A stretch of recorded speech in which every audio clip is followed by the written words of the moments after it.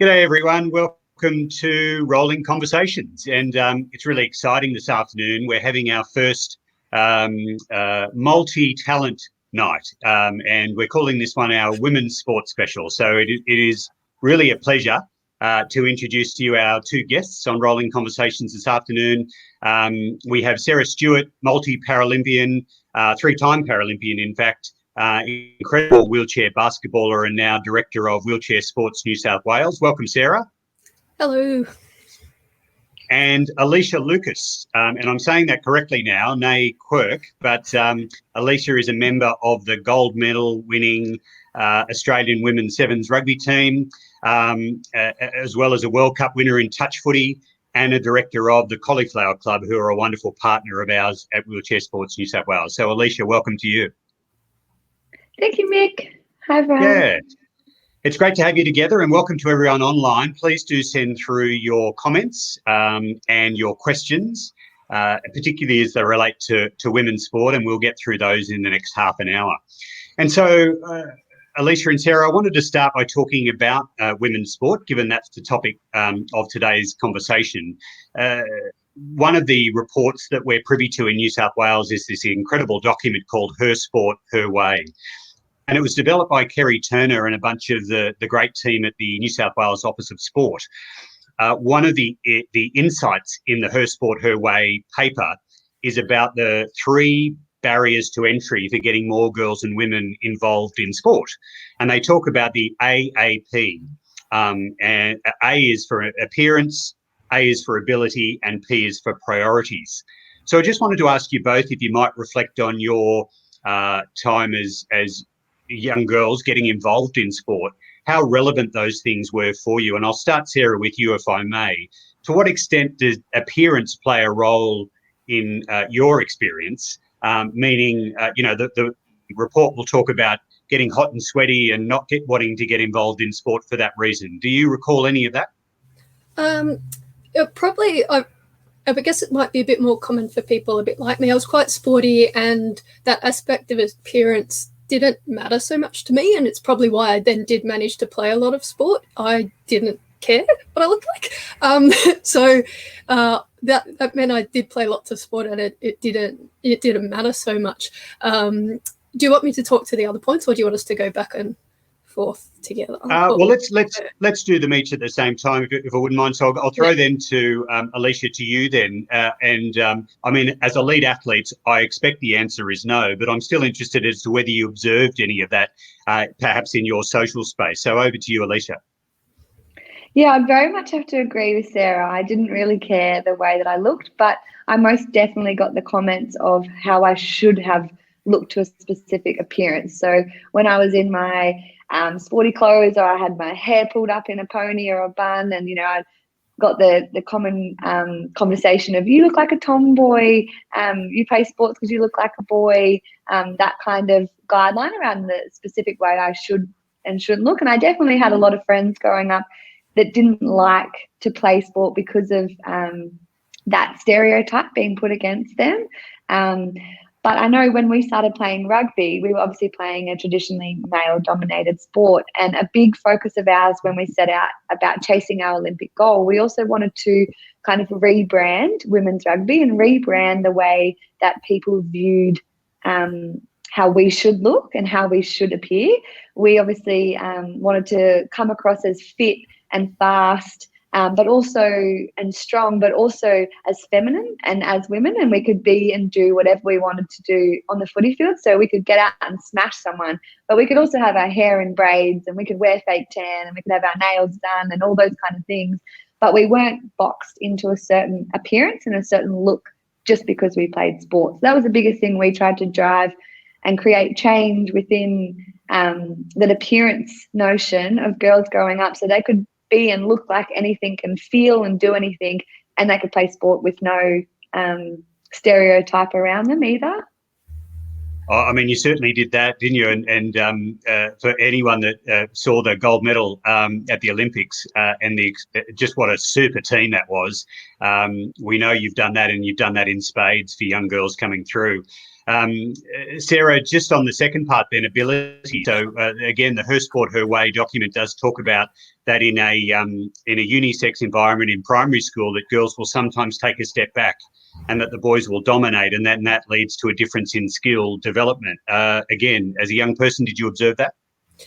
Yeah, definitely a bit. I found it probably that similar parallel. I often got picked on a bit because I went out there to play as hard as I could, and I was competitive with the boys, and they didn't expect it from me.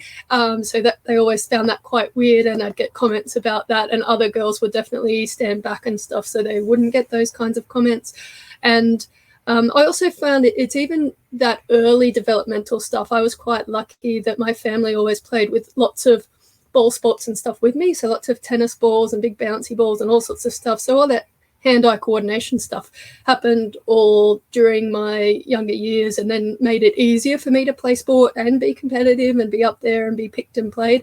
But I noticed that a lot of the young girls didn't get those opportunities, and then not their fault, but then they weren't as coordinated because they hadn't had those years of development stuff. So, and I see that reflected again in wheelchair sports now, because of those kind of societal expectations. Sometimes parents don't think to involve their kids with disabilities in just chucking a tennis ball around or a big bouncy ball or whatever. So kids come to our sporting stuff without those ball skills and stuff and that hand-eye coordination, and it takes that bit longer to then get back up and be competitive, and also just find it comfortable to be in that sporting environment. If you're around people who've had those years of lots of ball sport stuff and then you're chucked in there without it, you really feel those levels of difference.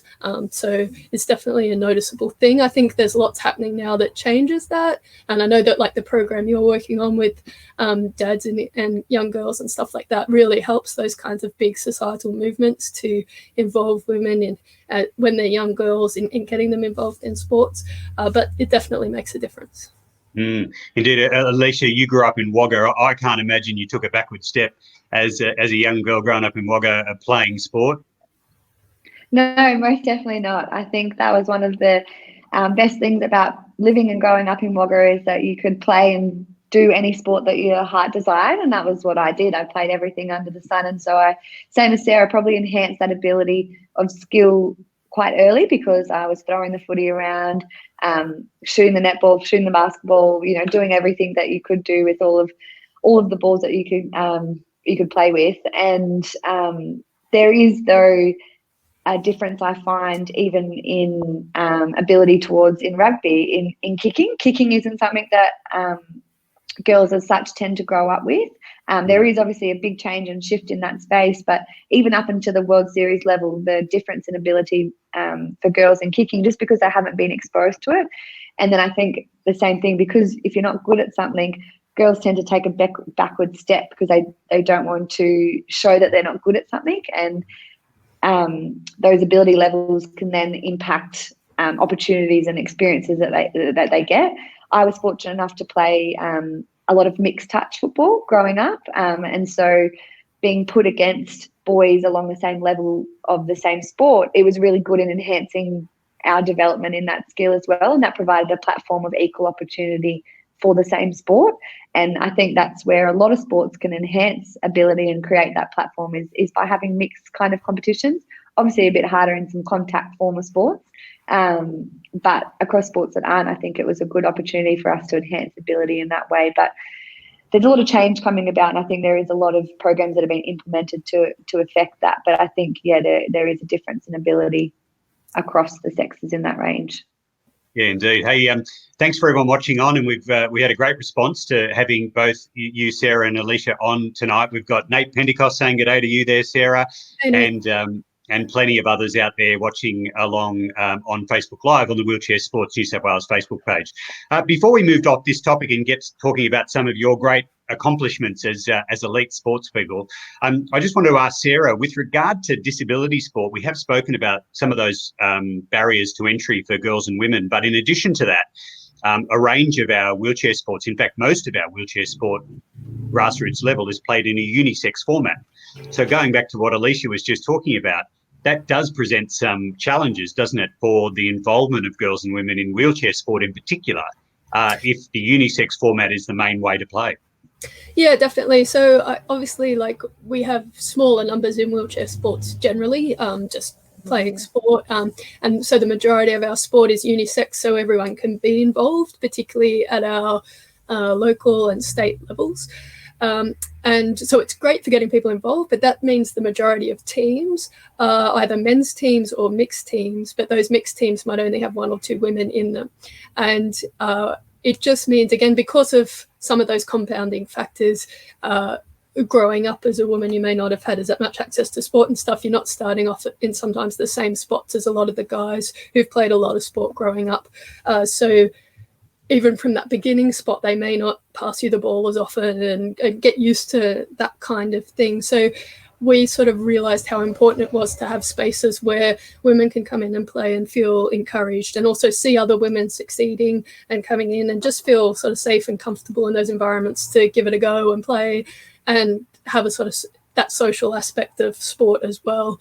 And generally, just learning other aspects of disability life. We're often teaching each other how to jump gutters and how to get around different parts of the world as well on top of that. So it sort of increases that whole social living aspect of it too. But yeah, definitely that those opportunities to play sport are affected by that. And particularly if you're either new to an injury or new to sport, coming into an environment where it's all men and they've already been playing for a while and they're already used to sport and stuff can be quite confronting to people. So it's finding ways to create sport and activity opportunities for women so they get involved.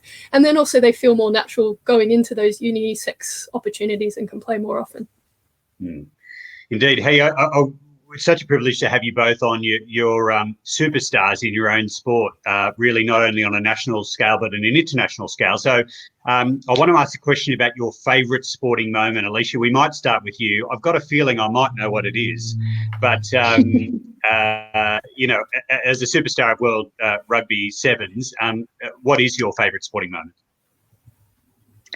I think you hit the nail on the head. It would have to be the Rio Olympics and winning gold there.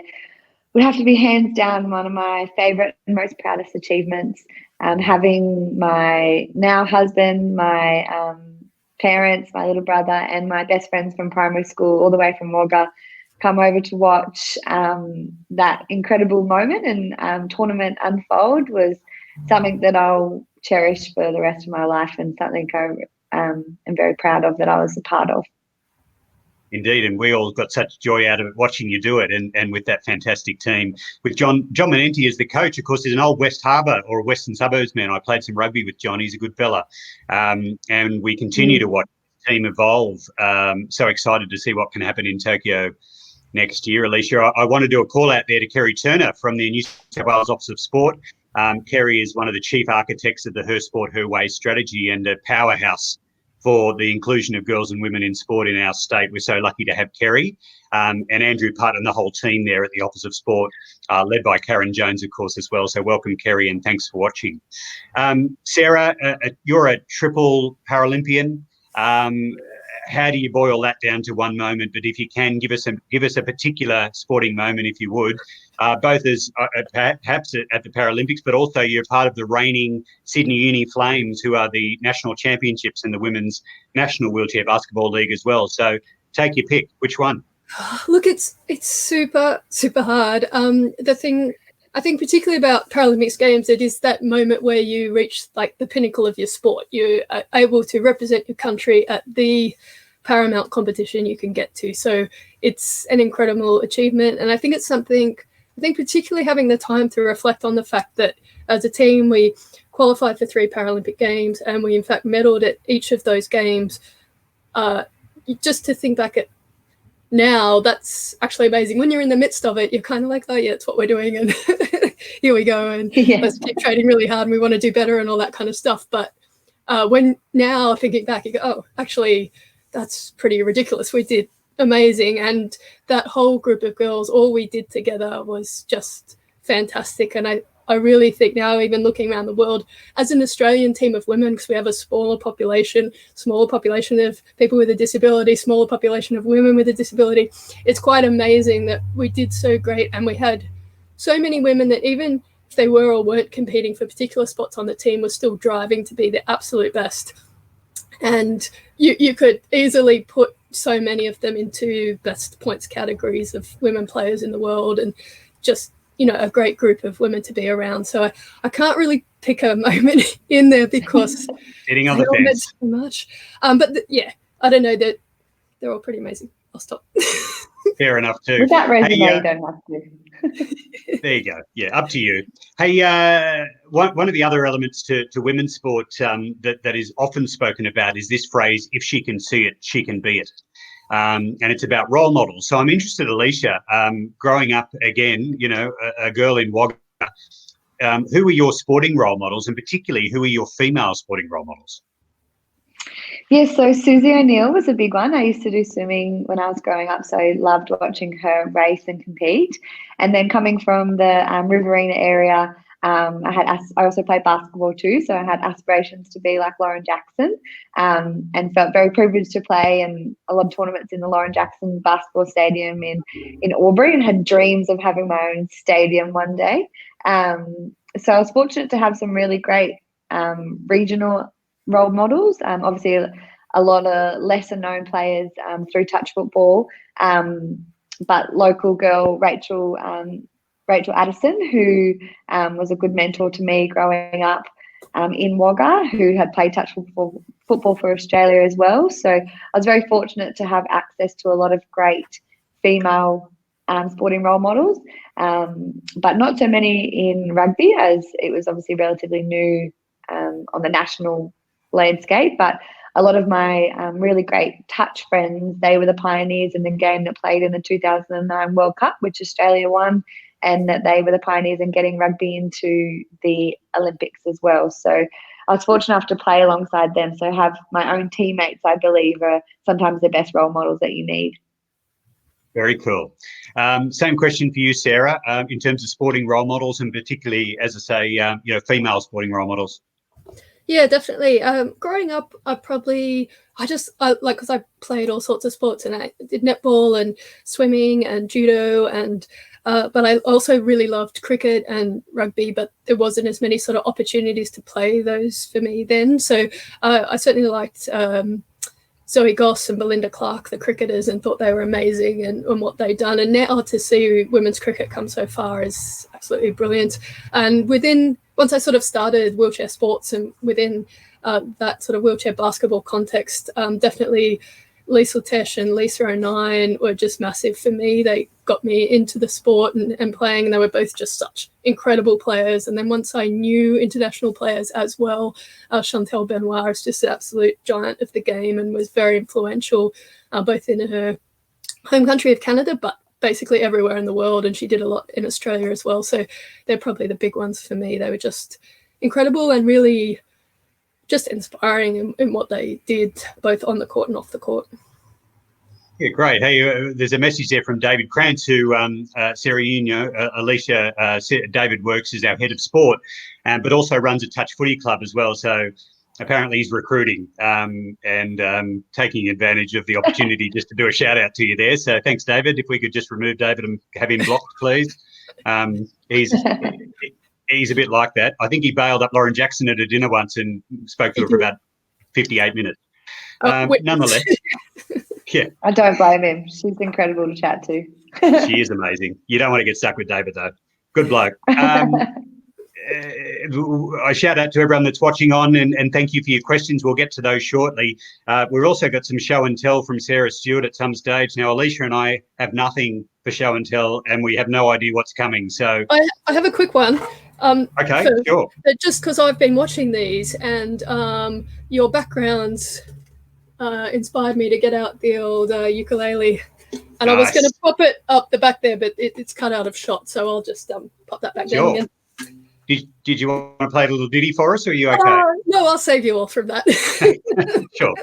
But I also did bring along this little fabulous, hang on, where's the camera? Lego dragon to for my Dragon and Lego fans to see. Wow. Alicia, where's your dragon? Missing. Gone missing. Did you get that email? I didn't get the dragon email, but that is very impressive. I have to admit. It is. I'm happy to just be Sarah's hype girl. for the bad days. I'm with you. So in terms of we've spoken about your own sport, but you also have really significant directorship. So as I think I said at the outset, Sarah, you're a director of Wheelchair Sports New South Wales, and Alicia, you're a director of the Cauliflower Club. And so I might start, Alicia, with you, if I may, interested as to what you'd like to achieve over and above your sport. First of all, what is the Cauliflower Club for those who don't know much about it? And why do you take on things over and above your own sport? What sort of contribution are you looking to make? Yeah, the Cauliflower Club is a rugby charity that was developed to help give back to the rugby community. So it mainly focuses on raising funds and charity for people with disabilities and to help provide support for recreation and sporting facilities, specifically aimed for people that have disabilities as well, or in the rugby context, local communities as well. So it's a fantastic group of people that are just rugby lovers, rugby mad people that are looking to give back in some way to the community in a bit more of a fun, lighthearted manner. So we have an annual lunch where is our biggest fundraising driver. Plus we also have the Cauliflower Club 15. So we use very rugby-minded people that love to play rugby and they chuck in some old wallabies and some really experienced coaches, and we have games around at local footy clubs around Australia to drive some fundraising and support for those rural communities that need some help and to help grow the game in rural areas all around as well. So it's been fantastic to be a part of. It's a way for me to learn a bit of the directorship and the business side of things whilst also giving back to the sport that's given me so much. And from my point of view, I'm also a qualified physio, so learning about the other areas in disability space that we can be involved in is something that I'm also interested in too. So I feel like it serves more purpose for me and gives me more than what I can probably go over and above for too. And of course, the Cauliflower Club are a wonderful supporter, and we thank you for that for our wheelchair rugby program at Wheelchair Sports New South Wales. So we say hello to Alison Nolan, who I think is watching on tonight, and Peter Fitzsimons and Dean Mumm and Rob Horn and the whole crew at Cauliflower Club. It's just such a wonderful partnership for Wheelchair Sports New South Wales. So thanks, Alicia, for that. Sarah, you're giving back through your many ways, of course, but one of them is as a director of Wheelchair Sports New South Wales. What motivated you to get involved as a board member? Yeah, definitely. I think along similar lines to Alicia, it's that aspect of sport has done so much for me, and I want to be able to give back and make sure those opportunities are there, plus more for everyone else coming through. What I love about wheelchair sports, it's how I discovered wheelchair basketball and other sports in the first place. And it's just so important for me, I think, that we just look after athlete welfare across the whole board. So the whole package of stuff, people are involved and active, they're involved socially, and then they have that ability to represent at the much higher level, train, and all that sort of stuff. And I think the great thing about wheelchair sports is that we create so many of those opportunities for people and also provide so many of those opportunities or pathways to those opportunities. And I think the important stuff, like what Cauliflower Club does, is that equipment is essential to us. We need our sports wheelchairs to be able to do that. And they are a prohibitive cost, basically, to the majority of people. So, and particularly when you're starting out, because you don't know which sport you want to play and what kind of chair will be right for you. So having those chairs available to you to jump in and try and get going in sport really matters. So that's important, and why that's so important to us. And yeah, I think I just love being on the Wheelchair Sports New South Wales board. It's such a great board. I've been there for a couple of years now. We do so much great work. It's such a diverse board. And I think that's one of the important aspects as well of why I like being on all the boards and committees and things I'm on, is that we need those representative voices there, and why I encourage lots of other people in our community to be involved in as many committees and boards and different things that they can, because we all have these different life experiences. We've had these different things we've lived through, and we can bring that to the table and help make better decisions as we keep going forward, more and more better decisions based on all the different aspects that influence it, like knowing that we have the voices of people with disabilities, Indigenous groups, people from low socioeconomic backgrounds, etc., so that we can make sport more available to everyone, create more opportunities, and keep people healthy and active and social. Yeah, great. Well, thank you both for your service. Now, we're going to take some questions now, which will be fun. We're also going to try and make sure our heads are relatively the same size. Alicia, you keep sliding up, so I've got to slide up, and Sarah's sliding around. And don't worry too much. I've certainly got the shiniest head of the lot. Tracy Carruthers, g'day Tracy, asks, do you think that funding for women's sport and support of women's sport may be at risk due to the current financial issues and impact of COVID? And what we might do is we've only got 5 minutes, we might try and make these quick fire questions if we can to get as many people involved as possible. Alicia, can I start with you on Tracy's question? Do you think that funding for women's sport and support during COVID might be at risk?